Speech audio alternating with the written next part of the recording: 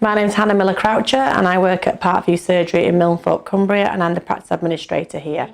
I was very, very excited when iPlato came and did a demo. I thought it looked a lot more user-friendly. I liked the fact we could use it on any PC, laptop. I liked the fact that we could just go in and send text and not have to worry about logging on and keeping a PC logged on all the time. It was just a lot more flexible for us. So I was very, very excited about it. So we first launched it in May last year. We started our campaign by sending text to all of our patients asking for their consent.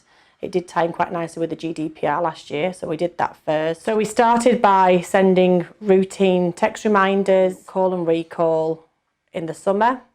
And then in September, we revamped our patient tasks protocol. From April to June of this year, we've sent 1,400 manual texts, which has saved us around 13 hours admin time. We think we save around 40 seconds per manual text versus using the phone, which is great. It's very flexible, so you can be dealing with a patient and you can have you can have it open on your desktop, and it's just very, very simple to use. We trained up all of our front house of staff. We trained them all up by the end of September, and some were a bit more confident than others. So we reviewed it again in the October. We luckily have regular practice learning training afternoons. We have about 9 a year. So we reviewed it during one of those afternoons, and some of our staff said they didn't feel very confident. So we set up templates for all of our messages that we send manually.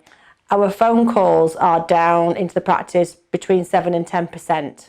So with the reduction in telephone calls into the practice, we identified that our front of house team could help our clinicians in a supportive role doing some jobs that they didn't have a lot of time to do.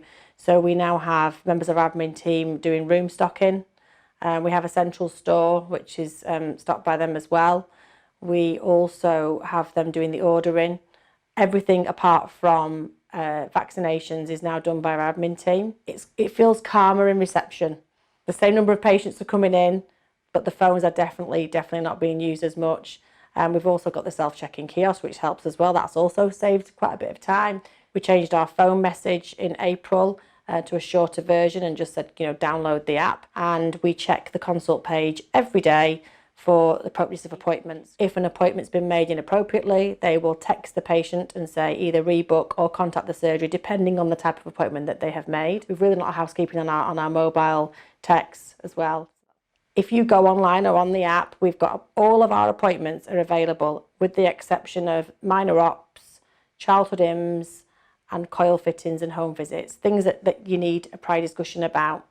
So we had, I think in May, around 1,000 appointments were available via patient-facing services. And to be honest, not many are booked inappropriately. We also did training for all of our clinicians. Our last PLT, we showed the GPs how the slot types work. We also trained up our new pharmacist.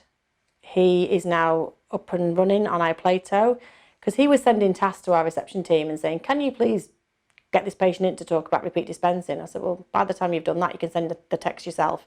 So we trained him up and he's up and running with sending his own text. So we went to a digital exemplar session in Lancaster last summer. And I don't know who it was, but they got up and said that they were just offering basic online access without going through filling forms in. And I just thought, that's a great idea. Why do we go through all this when we can easily identify who our patients are, and all we're giving them is access to the medications and their appointments?